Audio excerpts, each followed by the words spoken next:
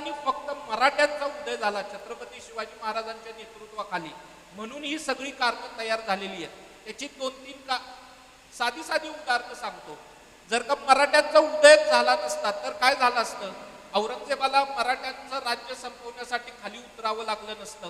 दुसरी गोष्ट, भरपूर सैन्य ठेवावं लागलं नसतं. तिसरी गोष्ट, त्यांना आदिलशाही आणि कुतुबशाही जिंकून घेतली तेव्हा हे सगळं सैन्य कुठं जाणार?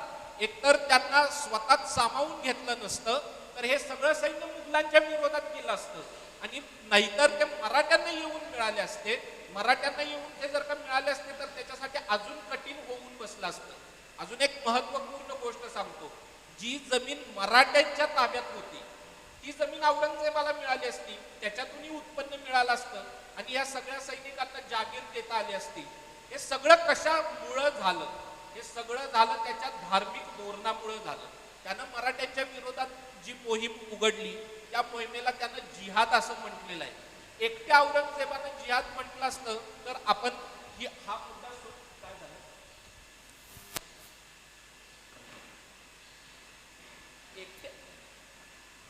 एकट्या औरंगजेबानं जर का त्या मोहिमेला जिहाद म्हटलं असतं तरी आपण सोडून दिलं असतं. औरंगजेबाचे जे मनसबदार आहेत ते देखील त्या मोहिमेला जिहादच म्हणतायत आणि मराठ्यांच्या विरोधातलं युद्ध एवढं प्रदीर्घ लांबलं त्यामुळं हा सगळा बोऱ्या झाला. त्यामुळं त्याचा जो पाडाव घडवून आलेला आहे त्याच्यासाठी जी आर्थिक कारणं निर्माण झाली त्याच्यासाठी मराठे कारणीभूत आहेत. आणि मराठे का कारणीभूत आहेत?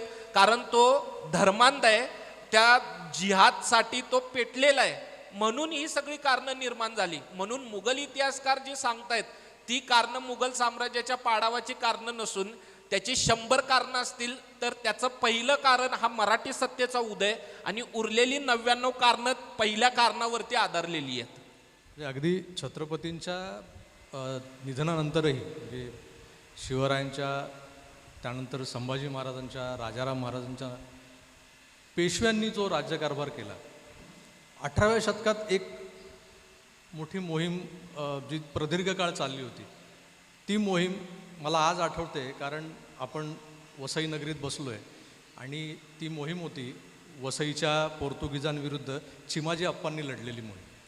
आणि आज चिमाजी अप्पांची पुण्यतिथी आहे तर आपण त्यांना अभिवादन करूया चिमाजी अप्पांना.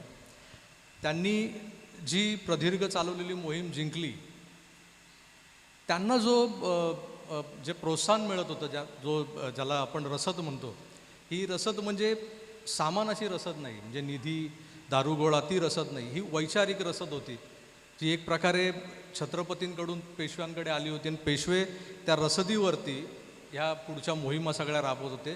त्यातलीच ही एक मोहीम होती. या मोहिमेचा दूरगामी परिणाम झालेले आहेत पुढे भारतीय राजकारणावर. ते नेमके काय परिणाम होते? बघा कसं असतंय, आकाशात धूमकेतू दिसतो, एक क्षण दिसतो आणि तो दिसायचा नाहीसा होऊन जातो, परंतु सूर्य असतो तो तळपत असतो आणि सर्वांना प्रकाशित करत असतो. पुढं शिवाजी महाराजांचं स्मरण सर्वांनी केलेलं आहे. हे छत्रपती संभाजी महाराजांनी केलेलं आहे, राजाराम महाराजांनी केलेलं आहे, महाराणी ताराराणींनी केलेलं आहे, शाहू महाराजांनी केलेलं आहे, बाजीराव साहेबांनी केलेलं आहे, चिमाजी अप्पांनी केलेलं आहे, नानासाहेब पेशव्यांचं पत्र आहे, सुंदर पत्र आहे. त्याच्या शेवटी त्यांनी एक असं वाक्य लिहिलं आहे, ज्यांना ते लिहित आहेत त्यांना, की आम्ही गनिम लोक शिवाजी महाराजांचे शिष्य आहोत.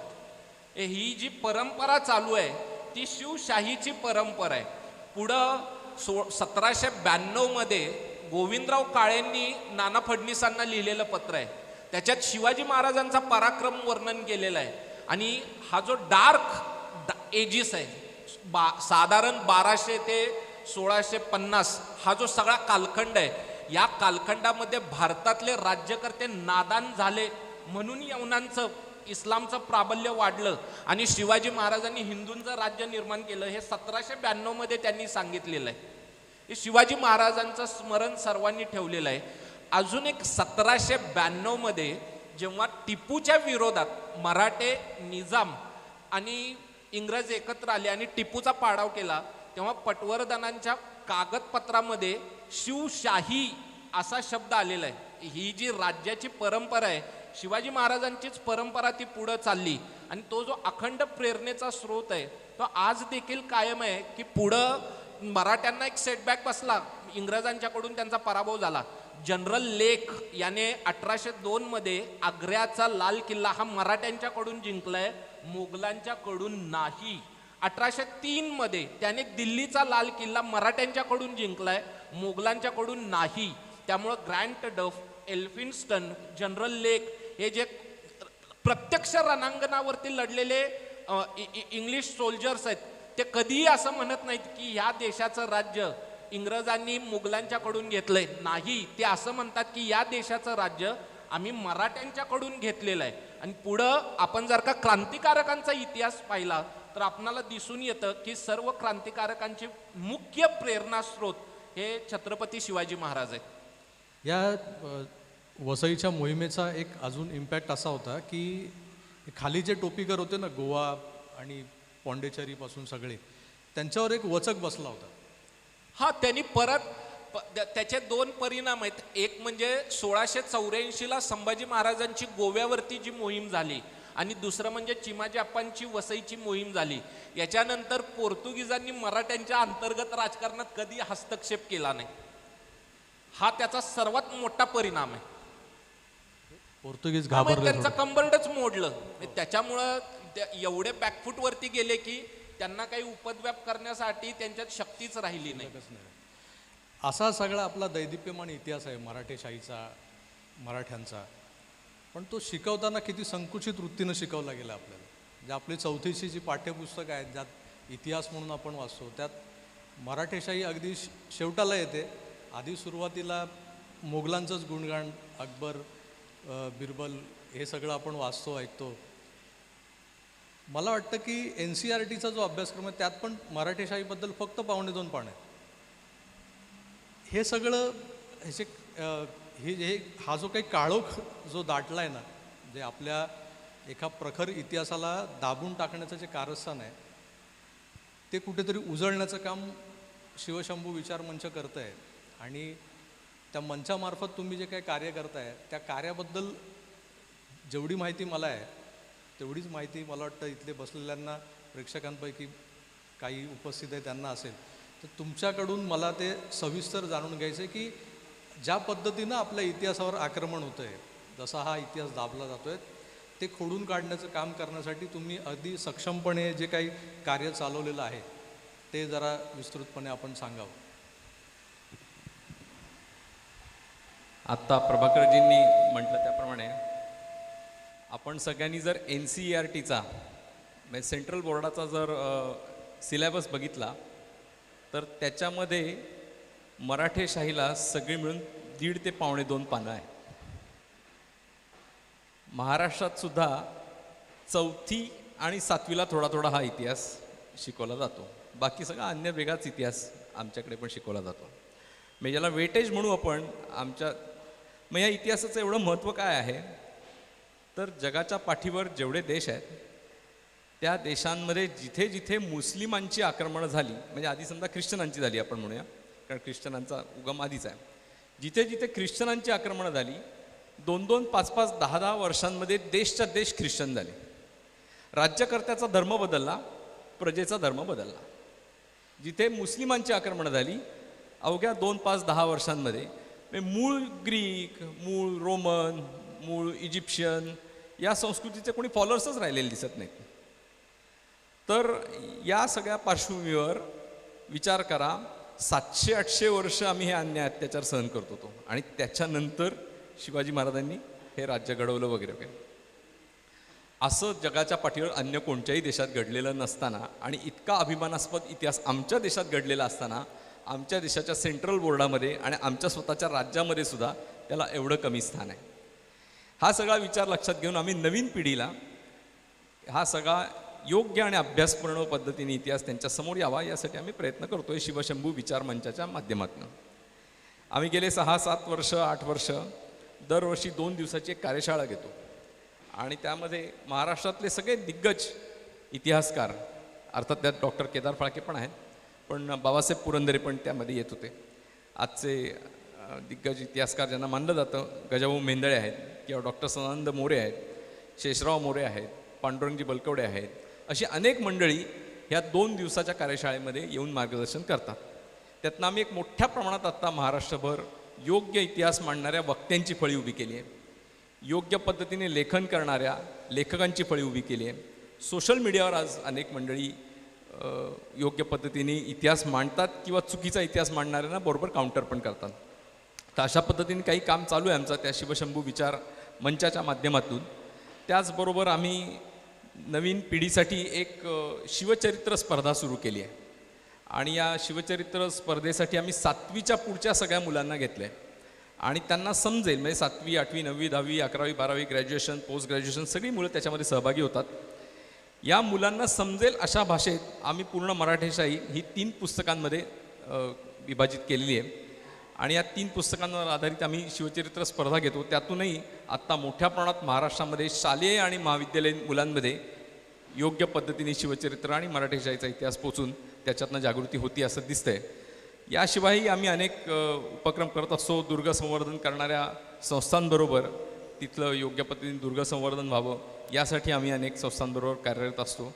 याशिवाय आत्ता यावर्षीचा राज्याभिषेक 350 चालू आहे, तर आम्ही एकूण मराठेशाहीच्या या संपूर्ण इतिहासावर 100 पुस्तकं प्रकाशित करायला घेतलीत आणि 20 फेब्रुवारीला त्यातली आत्ता 30 पुस्तकं आमची प्रकाशित होतात पहिला संच म्हणून आणि हा संच एकूण 100 पुस्तकांचा असणार आहे. आत्तापर्यंत आमची 30 पुस्तकांचं लेखन पूर्ण झालेलं असल्यामुळे पहिल्या टप्प्यामध्ये आम्ही आत्ता 30 पुस्तकं प्रकाशित करतो आहे.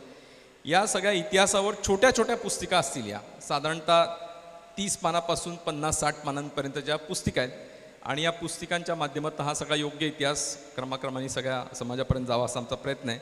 आत्ता अजून एक गोष्ट केदारजींबद्दल आहे म्हणून लगेच सांगतो की शिवाजी महाराजांच्या या राज्याभिषेकाच्याच निमित्तानं बेशक 350च्या निमित्तानं केदारजींनी एक पुस्तक लिहिलं आहे.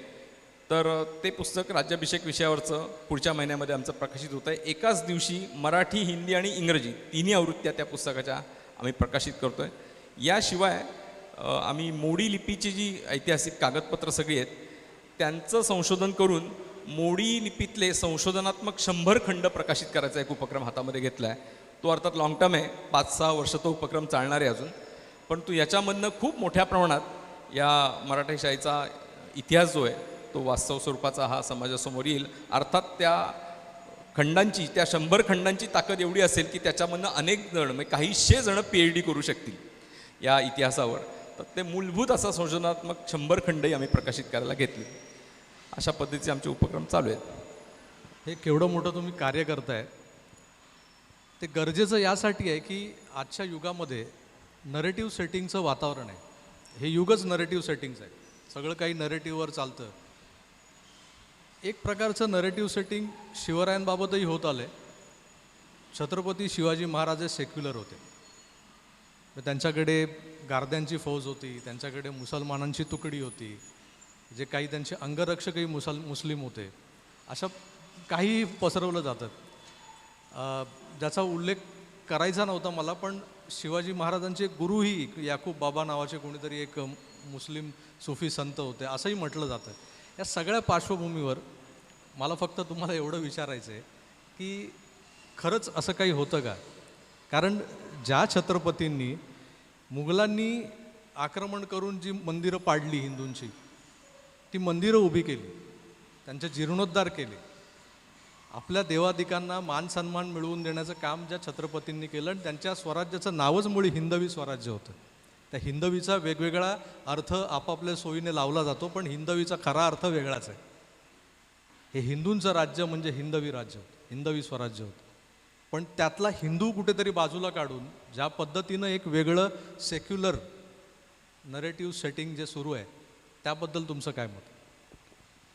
प्रत्यक्ष शिवाजी महाराजांच्या चरित्रातल्या काही गोष्टी जर आपण अभ्यासल्या किंवा पाहिल्या तर हिंदू धर्म, हिंदू समाज, हिंदू संस्कृतीच्या साठी त्यांनी काय काय केलं. एक सगळ्यात उत्तम उदाहरण आहे भाषाशुद्धीसाठी केलेला प्रयत्न. आपल्या सगळ्यांना माहिती आहे की 500-700 वर्ष इस्लामी राजवट आक्रमणं होती आणि हे आक्रमण भाषेवरही झालं होतं. आणि म्हणून अगदी प्रत्यक्ष शिवाजी महाराजांची सुद्धा जी पत्रं असायची, या पत्रापैकी 70-80% शब्द हे उर्दू किंवा फारसी असायचे. शिवाजी महाराजांनीच प्रयत्न केला. भाषाशुद्धीसाठी रघुनाथ पंत हनुमंते आणि दुंडेराज लक्ष्मण व्यास दोघांना काम दिलं की आपल्या भाषेवर आक्रमण झालेले शब्द काढा शोधून, आणि असे एकूण जवळजवळ 1400 शब्द त्या दोघांनी शोधून काढले आणि त्याला पर्यायी हे संस्कृत किंवा मराठी प्रचूर असे शब्द दिले. म्हणजे होतेच मूळ आपल्याकडे, ते त्याला पर्यायी म्हणून त्यांनी समोर ठेवले. भाषाशुद्धीसाठीचा प्रयत्न हा निश्चित त्यातनं आपल्याला झालेला दिसतो. शिवाजी महाराजांनी केलेला साधू संतांचा सन्मान, अनेक ठिकाणी त्यांनी दिलेल्या म्हणजे मंदिरांसाठी, साधू संतांसाठी दिलेली मंदिरांची व्यवस्था लावून दिलेल्या, त्याच्यासाठी त्या दिलेल्या सनदा वगैरे वगैरे, हे सगळं आपल्याला मोठ्या प्रमाणात दिसतं. शिवाजी महाराजांनी कुठलीही मशीद बांधली नाही. अगदी रायगडावर सुद्धा शिवाजी महाराजांनी मशीद बांधली नाही. शिवाजी महाराजांनी असलेल्या मशिदीचं हे गोदामात रूपांतर केलं आहे. जेव्हा तिथे राज्य त्यांनी मिळवलं कल्याण भिवंडीच्या इकडे, तेव्हा त्या मशिदीचं त्यांनी उलट गोदामामध्ये रूपांतर केलं आहे. अनेक मंदिरांना मात्र शिवाजी महाराजांनी मोठ्या प्रमाणात मदत केलेली आपल्याला दिसते. एक उत्तम उदाहरण आहे, पुढच्याच महिन्यामध्ये आपल्या सगळ्यांना माहिती की 22 जानेवारीला श्रीराम जन्मभूमीच्या मंदिराचं प्राथमिक पहिल्या टप्प्याचं बांधकाम सगळं पूर्ण होऊन त्याचं उद्घाटन त्या दिवशी माननीय पंतप्रधान आणि अन्य मान्यवरांच्या उपस्थितीत होतं आहे. हे जे मंदिर पाडलं गेलं होतं ते बाबराच्या काळात पाडलं गेलं होतं. शिवाजी महाराजांनी जी मंदिरं त्यांच्या आधीच्या काळात उद्ध्वस्त केली होती त्यातल्या जीर्णोद्धाराचं पहिलं उदाहरण घालून दिलं, आणि ते म्हणजे गोव्याचं सप्तकोटेश्वर मंदिर. 1668च्या सुमाराला गोव्यावर त्यांनी जेव्हा स्वारी केली तेव्हा पोर्तुगीजांनी आणि त्याच्या आधीच्या इस्लामी आक्रमकांनी पण जे नष्ट केलेलं होतं ते गोव्याचं सप्तकोटेश्वर मंदिराचा जीर्णोद्धार किंवा पुनर्निर्माण ज्याला आपण म्हणून ते शिवाजी महाराजांनी केलं. तर ही एक गोष्ट आहे. याच्याच बरोबर परावर्तनासाठी शिवाजी महाराजांनी केलेलं काम. जर त्यांना ते हिंदू मुस्लिम सगळं सारखं वाटत असतं तर नेतोजी पालकरांना का हिंदू धर्मात त्यांनी परत घेतलं असतं. म्हटलं असं आहे मुसलमान राहा तिथेच. परंतु जेव्हा नेतोजी पालकरांना संधी मिळाली आणि ते स्वराज्यात परत आले, शिवाजी महाराजांनी मोठं काम केलं, त्यांना परावर्तन करून हिंदू धर्मात घेतलं. एवढंच नाही तर आपलं नातं पण त्यांच्याशी जुळवलं. तर अशा अनेक गोष्टी आहेत शिवाजी महाराजांच्या. त्यांनी निर्माण करायला सांगितलेले ग्रंथ, त्यानंतर हे मंदिर जीर्णोद्धार, भाषाशुद्धीसाठी केलेले प्रयत्न, परावर्तनासाठी केलेले प्रयत्न, या सगळ्यामधनं एक नक्की दिसून येतं की हिंदू समाजाच्या हितासाठीच हे राज्य निर्माण करण्याचे शिवाजी महाराजांचे प्रयत्न होते. आणि म्हणून हे शिवाजी महाराजांच्या इतिहासातलं हिंदू पण काढून घेऊन त्यांना सेक्युलर म्हणून दाखवण्याचा एक प्रयत्न या सगळ्या आजकालच्या सेक्युलर मंडळींकडनं चालला आहे. कारण शिवाजी महाराजांचं हिंदुत्व एकदा काढून घेतलं की तुम्ही ज्याला आदर्श मानता तोही असाच होता, अशा पद्धतीची मांडणी करता येते आणि हिंदू समाज हा हळूहळू त्याच्या या मूळ विषयांपासून दूर जाऊ शकतो, असं सगळा यातला प्रयत्न आहे. आणि त्यांना म्हणून सेक्युलर दाखवण्याचा जो प्रयत्न चालला आहे तो यातनं चाललेला आहे. घर वापसी हा जो हे जे अभियान आहे एवढ्या मोठ्या प्रमाणात राबवलं जातं आहे, त्याचे खरे जनक छत्रपती शिवाजी महाराज होते. तर विनोदाचा भाग सोडला तर केदारजी, मला तुम्हाला विचारायचं आहे की छत्रपती शिवरायांना आपण देवत्व बहाल केलेलं आहे, आपण त्यांना पूजतो. म्हणजे प्रत्येकासाठी आज देवारातल्या फळीवरती ज्या पद्धतीनं त्यांची कुलदैवतं मांडलेली असतात तिथेच कुठेतरी बाजूला छत्रपती शिवराय दिसतात. शिवाजी महाराज त्या देवत्वापेक्षाही वेगळे होते. तो एक सामान्य माणूसही होता, तो एक चांगला राज्यकर्ता होता, तो एक चांगला प्रशासक होता. हे सगळे जे गुण आहेत ना शिवाजी महाराजांमधले, त्याच्यावर तुमचा विशेष अभ्यास आहे. तुम्ही इकॉनॉमी ऑफ मराठा किंगडम जे पुस्तक तुमचं विक्रीसाठी ठेवलेलं आहे त्यातही तुम्ही छत्रपतींचा जो अर्थव्यवहार आहे, अर्थशास्त्र आहे, त्याबद्दल लिहिलेलं आहे. छत्रपतींचं प्रशासन, ॲडमिनिस्ट्रेशन ऑफ छत्रपती, हेही तुम्ही अभ्यासलेलं आहे. हे थोडेसे वेगळे कंगोर आहेत, म्हणजे ज्याकडे मराठी माणसाचं सर्वसाधारण पटकन लक्ष गेलेलं नाही आहे. आजचं जे JNG किंवा JN नेक्स्ट आपण म्हणतो, हे UPSC MPSCची तयारी करत असतात, तर निव्वळ त्यात एक शिवाजी महाराज म्हणजे काहीतरी एक पॉलिटिकल गुरु किंवा या पद्धतीनं आपण शिवाजी महाराजांचं चरित्र अभ्यासतो. पण त्याही पलीकडे शिवाजी महाराज आहेत. शिवाजी महाराजांचं अर्थशास्त्रही आहे, शिवाजी महाराजांचं व्यवस्थापन कौशल्यही आहे. याबद्दल तुम्ही खोलवर जाऊन अभ्यास केलेला आहे. त्यात सापडलेले शिवाजी महाराज कसे होते? सुरेंद्रनाथ सेन नावाचे महान इतिहासकार होऊन गेले. त्यांनी 1924 साली त्यांच्या PhDचा जो थिसिस होता administrative system of the Marathas, तो कोलकाता विद्यापीठाला सबमिट केला. त्याची सुरुवातच त्यांनी असे केलेली, Shivaji's greatness as a military ruler has never been contested, but his greatness as a civil administrator is perhaps still more undoubted. तर लोकांनी मिलिटरी रूलर भरपूर पाहिला, परंतु तो जो सिव्हिल ॲडमिनिस्ट्रेटर आहे तो मात्र लुप्त होऊन गेला. त्यांचं सगळ्यात मोठं काम काय असेल तर त्यांनी रिफॉर्मेशन जे घडवून आणले ते खूप महत्त्वाचे आहेत. त्यांनी पहिल्यांदा वतनदारी व्यवस्था रिफॉर्म केली. अगदी थोडक्यात सांगतो, वेळ नाही. गावचे 4 वतनदार असत. ज्यानं गाव वसवलं त्याला म्हणायचं पाटील, त्याच्या हाताखाली हिशेब ठेवण्याचं काम करणारा त्याला म्हणायचं कुलकर्णी, ह्या दोघांना सहायता करणारा त्याला म्हणायचं चौगुला, आणि या तिघांना सहायता करणारा त्याला म्हणायचं येसकर. अनेक गावांचा मिळून एक परगणा तयार होत असे. परगण्याचा प्रमुख त्याला म्हणायचं देशमुख, आणि त्याच्या हाताखाली हिशेब ठेवणारा त्याला म्हणायचं देशपांडे. हे गावचे वतनदार, परगण्याचे वतनदार निराळे होते, बाजारपेठेचे वतनदार निराळे होते. ज्यानं बाजारपेठ वसवली त्याला म्हणायचं शेटे, त्याच्या हाताखाली अकाउंटिंग करणारा महाजन, आणि ह्या दोघांना सहायता करणारा चौधरी. असे भरपूर वतनदार होते. आणि हे वतन हे हेरेडिटरी होतं. एक वतनदार मेला की त्याचं वतन दुसऱ्याला मिळायचं. त्यामुळे या लोकांच्याकडे भरपूर पैसे होते. ते एकाची बाजू सोडून दुसऱ्याकडे जायचे. स्वतः शिवाजी महाराज, शहाजी राजे हे मोठे जागीरदार होते, आणि शिवाजी महाराजांचे राजकीय आदर्श हे त्यांचे पिताश्री म्हणजे शहाजी राजे आहेत. आणि शहाजी राजे हे जेव्हा एका सत्तेकडून दुसऱ्या सत्तेकडे जात असत तेव्हा शहाजी राजे एकटे जात नसत. त्यांच्याबरोबरचं जे काही 10-15 हजार सैन्य आहेत ते सगळंच्या सगळं घेऊन जात असत. त्यामुळे शिवाजी महाराजांनी वतनदारी व्यवस्था रिफॉर्म करण्यापूर्वी जागीर व्यवस्था पूर्ण ॲबॉलिश करून टाकली. शिवाजी महाराजांनी कुणालाही जागीर दिल्याचं आपल्याकडे एकही उदाहरण नाही, अजिबात नाही. मग त्यांनी वतनदारी व्यवस्था सुधारली. वतनदारांना त्यांचे नियम ठरवून दिले की तुम्ही किती रेव्हेन्यू गोळा करायचा आहे, तो केवढा गोळा करायचा आहे, त्याचा पर्सेंटेज किती आहे, तो कधी भरायचा आहे, हे सगळे नियम ठरवून दिले. आणि सगळ्यात महत्त्वाचा नियम ठरवून दिला की मोठमोठे वाडे हुडे कोट बांधायचे नाहीत, साध्या घरात राहायचं. एक वतनदारी व्यवस्था रिफॉर्म केल्याच्या नंतर त्यांनी शेती व्यवस्थेकडे लक्ष दिलं. थोडं फास्ट सांगतो, लोकांना समजणार नाही. शेतीची मोजणी करून घेतली. आता ते खूप मोठा विषय आहे, त्याला 2-3 तास लागतील. पण त्याच्यातला एक नियम केला. हे जे सगळे सुलतान होते, सुलतानांच्याकडे जमीन महसूल हा पैशातच भरावा लागत असे.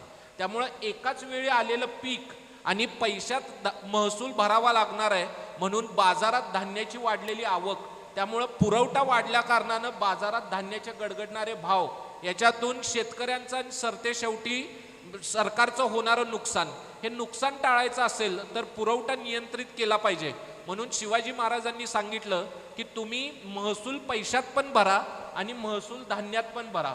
तुम्हाला जर का महसूल पैशात भरायचा असेल तर 33% भरावा लागेल, आणि महसूल धान्यात भरायचा असेल तर 40% भरावा लागेल. तर 7% जास्त कशासाठी? महसूल जेव्हा धान्यात स्वीकारला जातो तेव्हा व्यवस्था लावावी लागते. त्या व्यवस्थेचा तिकडं खर्च येतो. त्या सगळ्या खर्चासाठी महसूल धान्यात स्वीकारला, त्याचा त्यांना फायदा काय झाला? टोळधाड आली, दुष्काळ पडला किंवा भरपूर पाऊस झाला, पीक नष्ट झालं, अशा वेळेला काय करणार? धान्याच्या स्वरूपात महसूल स्वीकारल्यामुळे अगोदर धान्य गोळा केलेलं वापरता येईल. सैन्याला धान्य लागेल तेव्हा हे धान्य वापरता येईल. आणि शत्रू आपल्या राज्यावरती आक्रमण करेल तेव्हा देखील धान्याची टंचाई निर्माण झाली तर महसुलाच्या स्वरूपात गोळा करून ठेवलेलं धान्य आपणाला वापरता येईल. एकदा शेती व्यवस्था सुधारली, त्यांनी अर्थव्यवस्थेकडे लक्ष दिलं. कर व्यवस्था आहे, छोटे मोठे मिळून किती कर असतील कल्पना करा. मराठी कागदपत्रांचं जर का आपण थोडंसं अवलोकन केलं आपल्या असं लक्षात येईल 100पेक्षा जास्त कर आहेत. हे सगळे कर ॲबॉलिश करून टाकले.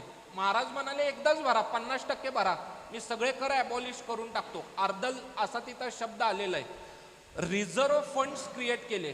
आपणाला उद्याच्याला मुघलांच्या विरोधात दीर्घकालीन लढा उभा करायचा आहे. त्याच्यासाठी 1,25,000 होन, एक होन म्हणजे 3.5 ते 4 रुपये एवढा राखीव निधी बाजूला काढून ठेवला. आणि 1,75,000 होन हे फक्त आणि फक्त गडकोटांच्या दुरुस्ती करता शिवाजी महाराजांनी एवढे पैसे बाजूला काढून ठेवले. आणि शिवाजी महाराजांच्या पत्रांमधली ही वाक्य आहेत की जे वक्ती मोगलांची झगडा चालू होईल, म्हणजे जेव्हा मोगलांची लढाई चालू होईल तर आपल्याकडे पैसे नसतील तर पळापळ होईल. रिझर्व्ह फंड्स बाजूला काढून ठेवले. त्यांनी स्वतःची नाणी स्वतः पाडली. होन हे सोन्याचं नाणं आहे, ते साधारण 2.5 ते 3 ग्रॅम आहे. आणि शिवराई तांब्याचं नाणं आहे, ते 10 ते 11-12 ग्रॅम आहे. त्याच्या एका बाजूला श्री राजा शिव आणि दुसऱ्या बाजूला छत्रपती अशी देवनागरीत अक्षरं कोरलेली आहेत. सार्वभौमत्व म्हणजे नक्की काय ते इथं आपणाला कळतं. मुघल बादशाह आदिलशाही आणि कुतबशाही सुलतान यांची नाणी फारसी भाषेत आणि फारसी लिपीमध्ये मजकूर असणारी आहेत. भारतात ज्या युरोपीय कॉलनी होत्या त्यांची नाणी त्या त्या देशांच्या भाषेत रोमन लिपीत मजकूर असणारी आहेत.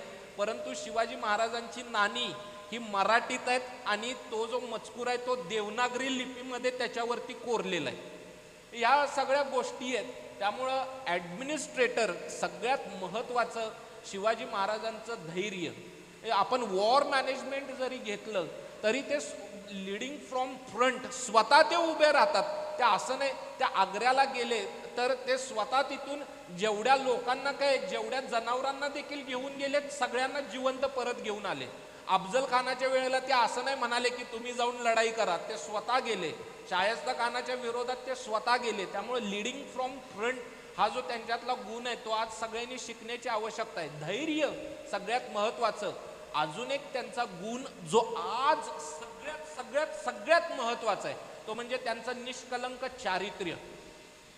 चारित्र्याच्या बाबतीत शिवाजी महाराजांच्या आदर्श त्यांच्या मातोश्री जिजामाता आऊसाहेब आहेत.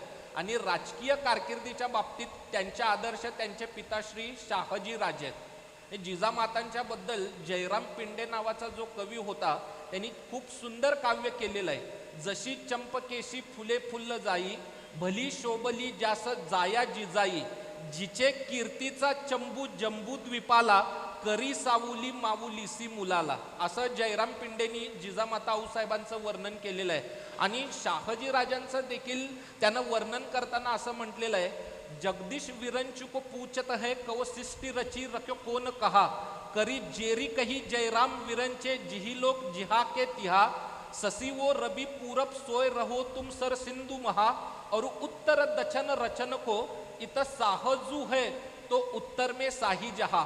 त्याचा अर्थ असा आहे की भगवान विष्णूने सृष्टीची रचना केली आणि ब्रह्मांना विचारलं की तुम्ही सृष्टीची रचना केली आहे खरं आहे, परंतु ह्या सृष्टीच्या रचनेकरता कोण कोण कुठं कुठं ठेवलंय. त्यांनी सांगितलं पूर्वेचं रक्षण करण्यासाठी सूर्य आहे आणि पश्चिमेचं रक्षण करण्यासाठी चंद्र आहे. कारण तेव्हा शहाजहान बादशाह होता. उत्तरेचं रक्षण करण्यासाठी शहाजहान आहे, मात्र दक्षिणेचं रक्षण करण्यासाठी शहाजी महाराज साहेब आहेत. तुम्ही शिवाजी महाराजांची जी मुद्रा आहे ती मुद्रा संस्कृत आहे. वयाच्या 16व्या वर्षी तयार केलेली ती मुद्रा आहे. प्रतिपचंद्र लेखे वर्धिष्णुर विश्ववंदिता साह सुनो शिवसैस्या मुद्रा भद्राय राजते.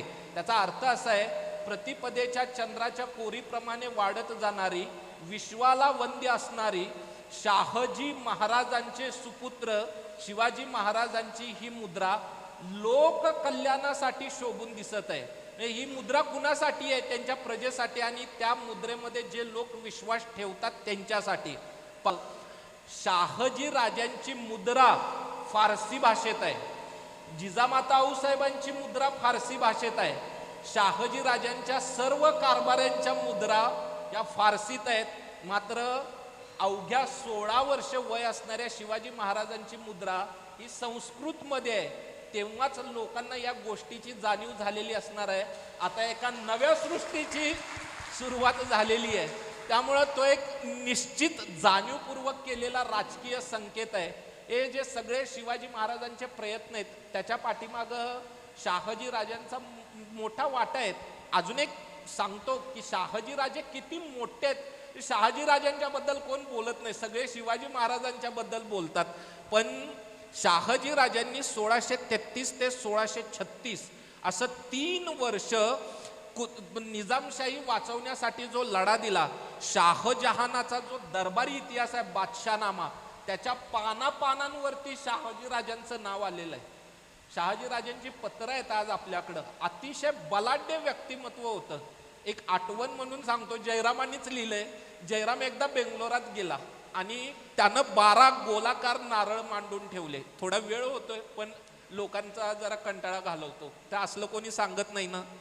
मग ते 12 नारळ शहाजीराजे यायचे होते, तर शहाजीराजांना शंख ध्वनी करून उठवलं जात असे. मग शहाजीराजे उठले की 2 पराती असत, एका परातीत तूप असे आणि एका परातीत तेल असे. त्याच्यात शहाजीराजे आपला चेहरा पाहत. मग ते बाहेर आल्याच्या नंतर त्यांची आंघोळ वगैरे झाल्याच्या नंतर जरीपटका, भगवा जरीपटका बरं का, हा हे खूप महत्वाचं आहे, भगवा जरीपटका, त्याच्या खालतून ते जात. मग ते पारिजातकाच्या झाडाखालतून जात. मग त्यांचं सैन्य त्यांच्या संचलनासाठी उभं असे. तिथं शहाजीराजे त्या सैन्याचं सगळं निरीक्षण करत आणि मग ते दरबारात येत. शहाजीराजे दरबारात येण्यापूर्वी त्यांचे मंत्री अगोदरच दरबारात आलेले असत आणि मग दरबारात कामकाजाला सुरुवात होत असे. आणि शहाजीराजे दरबारात आले आणि ते 12 गोलाकार नारळ मांडून ठेवलेले ते पाहून अचंबित झाले. म्हणले 12 गोलाकार नारळ मांडण्याचं प्रयोजन काय आहे? तर जयराम पिंडे शहाजी महाराजांना असं म्हणाले की मी 12 भाषांमधून काव्य करतो. शहाजी महाराज म्हणाले की माझ्यावरती कोणी जर का असं काव्य रचेल तर मी त्याला हत्ती बक्षीस देईन. तेव्हा जयरामांनी काय काव्य रचलंय शहाजी राजांच्या वरती? 12 भाषा ललित शाह नरेशराने आकर्णिले, ऐकून घेतले. मज म्हणे मृदुल स्वराने, म्हणजे अतिशय मृदू स्वरात म्हणाले. ऐसे सिकोन कवी जे मजला पहाती, त्या लागी देईन मी धुरंदर मत्त हाती. 12 भाषांचे पंडित असणाऱ्या शहाजी राजांनी जयराम पिंड्यांना असं म्हटलं की माझ्यावरती कोणी काव्य रचेल तर त्याला मी हत्ती बक्षीस देईन. पण नुसता हत्ती द्यायचा नसतो, त्याचा खर्चही द्यायचा असतो, कारण तो खर्च दांडगा असतो. असं हे सगळं शिवाजी महाराजांची कारकीर्द आहे, त्याची ही सगळी पार्श्वभूमी आहे. लोक त्या 4 घटनांमध्ये अडकून गेलेले आहेत, पण त्याचा जो एकूण आवाक आहे तो खूप मोठा आहे. एक सगळ्यात महत्त्वाचं म्हणजे ह्युमन रिसोर्स मॅनेजमेंट आहे. मगाशी भाऊनी खूप सुंदर उदाहरण दिलं. एवढे कमी लोक आहेत. औरंगजेब मराठ्यांच्या विरुद्धच नाही, कोणाही विरोधात एखादी मोहीम उघडतो तेव्हा कमीत कमी 60-70 हजार सैन्य पाठवून देतो. तुम्ही एवढ्या मोठ्या सैन्याच्या विरोधात कशी लढाई करणार आहे? त्यांची स्ट्रॅटेजी आहे, त्यांच्या टॅक्टिक्स आहेत, फोर्ट्स आर्किटेक्चर आहे. आपण तिकडं पाहिलं का हो? तुम्ही रायगडाला जिब्राल्टराची उपमा दिलेली आहे. आपण कधी रायगडावरती गेलो? मी आत्ता रायगडवरती वॉटर प्रिझर्विंग कॅपॅसिटी मोजली की रायगडवरती किती पाणी साठवलं जाऊ शकत असेल. मी 50 ठिकाणं, मी इथं साक्षीदार बसलेले आहेत. इतिहासाचा एक नियम आहे. सुरेंद्रनाथ सेनांनी फॉरेन बायोग्राफीज ऑफ शिवाजी नावाचा ग्रंथ लिहिला. 1 ओळीचा नियम आहे, ह्याच्या पलीकडे इतिहास संशोधन काहीही नाही. तो नियम असा आहे, इट इज एन एक्झिओम प्रमाणभूत तत्व. It is an axiom in the historical investigation that no any authority however great is more reliable than his sources. एखादा इतिहास संशोधक एखादं विधान करतो, त्याचं महत्व किती? त्यानं दिलेल्या पुराव्याने एवढं, नो मोर नो लेस. रायगडची वॉटर प्रिझर्विंग कॅपॅसिटी मी स्वतः मोजली आहे, ती 9 कोटी लिटरांच्या वरती आहे. मग डेफिनेटली ती 10-15 कोटी लिटर, कमीत कमी 9 कोटी लिटर. आज विदर्भ मराठवाड्यात काय स्थिती आहे? 1000 फूट खोल बोरवेल खोदलं तरी आपणाला पाणी मिळत नाही. आपण काय शिकलो शिवचरित्रातून? आपल्या राष्ट्राचं रक्षण करायला पाहिजे. शिवाजी महाराजांना मुघलांना एक पत्र लिहिलं शिवाजी महाराजांनी, आणि ते पत्र 1664 मध्ये फारसी भाषेतून लिहिलं. शिवाजी महाराजांनी असं लिहिलं की समंदे तलाशे बेकयास मुहाफिजते वतन खुद लाजिमा. माझ्या भूमीचं रक्षण करणं हे माझं आद्य कर्तव्य आहे. ही भूमी कशी आहे? समंदे तलाशे बेकयास, म्हणजे येथे कल्पनेचा घोडा देखील नाचविणं मुश्किल आहे. आज मनात येतं की असं आपल्या शत्रूंना देखील कोणीतरी ठणकवायला पाहिजे.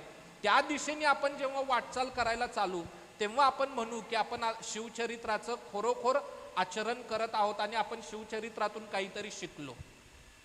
शिवचरित्राचा आवाका एवढा मोठा आहे की आपल्याला जो वेळ दिला होता तो वेळ अगदीच कमी आहे असं म्हणता येईल.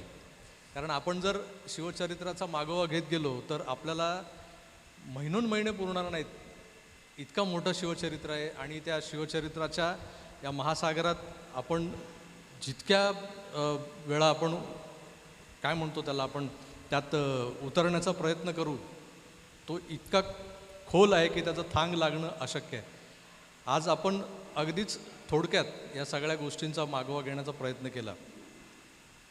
तरुणांसाठी हे शिवचरित्र, मग त्या शिवचरित्रातला शिवराज्याभिषेक, मग शिवरायांचे अर्थशास्त्र, शिवरायांचं व्यवस्थापन कौशल्य, या सगळ्या गोष्टींचा मागोवा घेता घेता आपल्याला तरुणांना संदेश द्यायचा होता. पण तरुणांपेक्षा मला वाटतं या समस्त भारतवर्षानं शिवचरित्राचा एक आदर्श ठेवून जर वाटचाल केली तर त्यासारखं दुसरं चांगलं काहीच नाही. या सगळ्या आपल्या चर्चेचा समारोप करताना मला थोराजी तुम्हाला विचारायचं आहे की यातून निचोड काय निघाला. म्हणजे आपण आता एक तासभर आपण जी काही चर्चा केली, तरुणांना आपल्याला मार्गदर्शन करायचं होतं की शिवचरित्र आणि शिवरायांचा इतिहास आणि जेनजी, आता हे जनरेशन नेक्स्ट वगैरे सगळं बाजूला ठेवूया, पण याचा सारांश काय. मला जे 4-5 महत्त्वाचे मुद्दे वाटतात यात, आत्ताच्या चर्चेच्या अनुषंगाने देखील. एक म्हणजे शिवाजी महाराजांच्या नंतर 1680ला त्यांचं निधन झालं आणि पुढच्या अवघ्या 80 वर्षाच्या आतच त्या राज्याचं एक अंदाजाने मी म्हणतोय जवळजवळ 20 पट मोठं राज्य निर्माण झालं.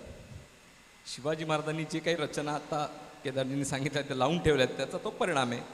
अटक ते कटक जे आपण ज्याला आपण म्हणतो ते. एक यातला ड्रॉबॅक काय, तर आपला हा जो राजकीय विजय झाला, या राजकीय विजयाचं आपण सांस्कृतिक विजयात रूपांतर नाही करू शकलो.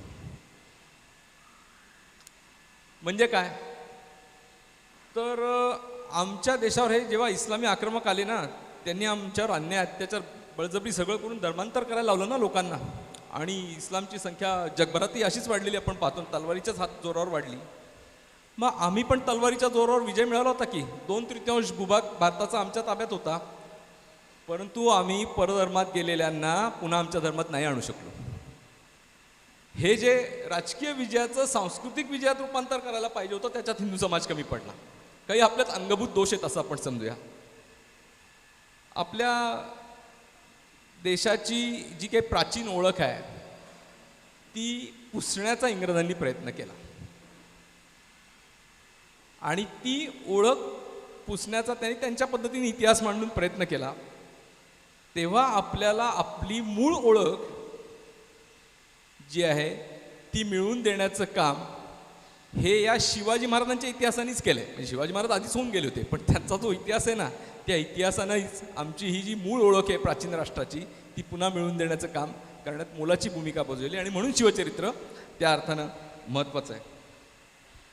आपल्याला एक असं वाटत होतं की या सगळ्या इस्लामी राजवटी, इस्लामी सत्ता आहेत त्या नष्ट केल्या की आमच्या देशासमोरच्या सगळ्या समस्या संपतील आणि म्हणून राजकीय विजय मिळाला पाहिजे. इस्लामी सत्ताधीशांना इथनं संपुष्टात आणलं पाहिजे. त्यांना संपुष्टात आणलं की आमच्या समस्या संपतील. पण तो असं झालं नाही ना. मराठ्यांनी विजय मिळवला मुघलांवर, ठीक आहे, आमच्यातही काही दोष निर्माण झाली म्हणून त्याचा फायदा इंग्रजांनी घेतला आणि इंग्रजांनी आपली सत्ता इथे प्रस्थापित केली. परंतु माझा सांगण्याचा हे असा हेतू आहे की या काळात या देशातल्या विभाजनवादी शक्ती प्रबळ झाल्या.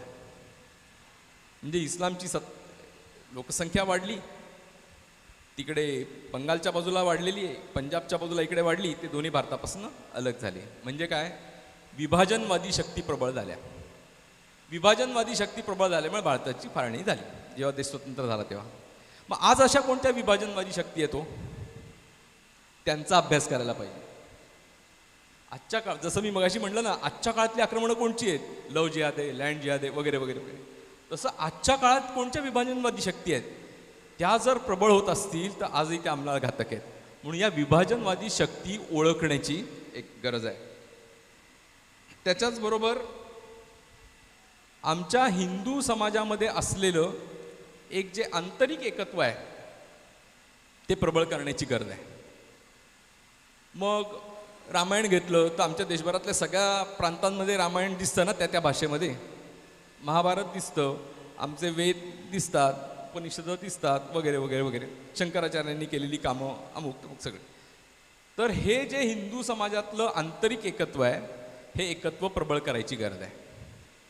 आणि म्हणून विभाजनवादी शक्ती पण ओळखण्याची गरज आहे, आणि आमच्यात असलेलं आंतरिक एकत्व आहे त्याचा अभ्यास करून ते प्रबळ होण्यासाठी काय काय करता येईल हेही करण्याची गरज आहे.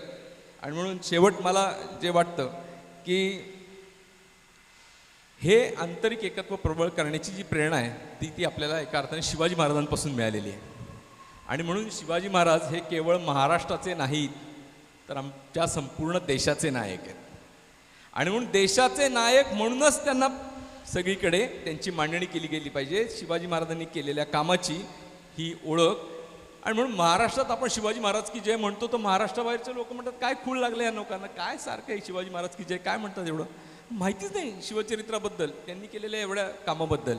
आणि म्हणून ही ओळख जी आहे ही शिवाजी महाराजांची, ही आमचा राष्ट्रीय नायक अशी ओळख करून द्यायला आपण कमी पडतोय. आणि म्हणून आमच्यातले संकुचित सगळे मतभेद वगैरे काय सगळे दूर ठेवून आम्ही शिवाजी महाराजांना राष्ट्रीय नायक म्हणून त्यांना सगळ्या समाजासमोर, देशासमोर आणलं पाहिजे. आणि ती दृष्टी ही नवीन पिढीला यावी यासाठी पुढच्या काळात आपण प्रयत्न करायला पाहिजे असं मला वाटतं. ते प्रयत्न आपले पंतप्रधान नरेंद्र मोदी करतायत. शिवमुद्रेचा वापर भारतीय नौदलाच्या ध्वजावर करणारा हा पहिला पंतप्रधान, ज्याने शिवछत्रपतींचा जो विचार आहे तो समजलाय, उमजलाय आणि तोच पुढे घेऊन चाललाय.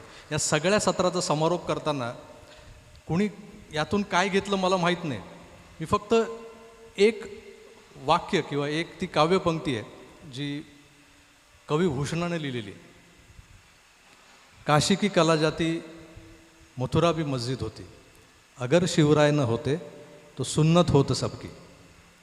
हे अंतिम सत्य आहे. धन्यवाद.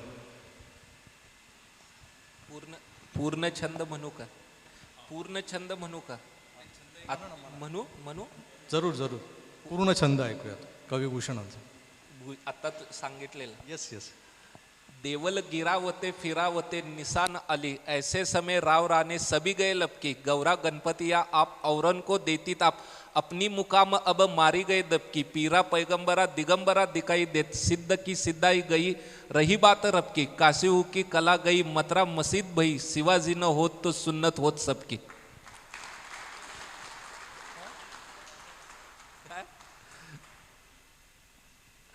त्याचा अर्थ असा आहे की सगळीकडची देवळं पाडून टाकली, त्यांच्या धर्माचा प्रसार केला. आपल्या गौरी गणपती ह्या सगळ्यांची जी काही पुण्याई होती ती सगळी लयाला लागली. साधू संतांनी पुण्य कमवलेलं होतं ते देखील गेलं आणि आपल्या लोकांना पीर पैगंबर हेच मुख्य देव असं वाटायला लागलं. औरंगजेबानं ऑगस्ट 1669मध्ये काशी विश्वनाथाचं मंदिर पाडलं. जानेवारी 1670मध्ये मथुरेचं केशवरायाचं मंदिर पाडलं. अशा हजारो मंदिरं पाडली. संपूर्ण हिंदुस्थानातून हिंदूंचं अस्तित्व संपुष्टात येतंय की काय अशी स्थिती निर्माण झालेली असताना शिवाजी महाराज मुघलांच्या विरोधात उभे राहिले आणि त्यांनी हा लढा उभा केला. म्हणून त्यांनी असं म्हटलेलं आहे की काशी की कला गई मथुरा मस्जिद भई, शिवाजीनं होत तो सुन्नत होत सबकी. जर का शिवाजी महाराज झाले नसते तर जगात हिंदू मात्रा शिल्लक राहिली नसती, असा त्याचा अर्थ आहे. छत्रपती शिवाजी महाराज की. असे मला भूषणाचे जास्त काही नाही, फक्त 300 छंद पाठ आहेत.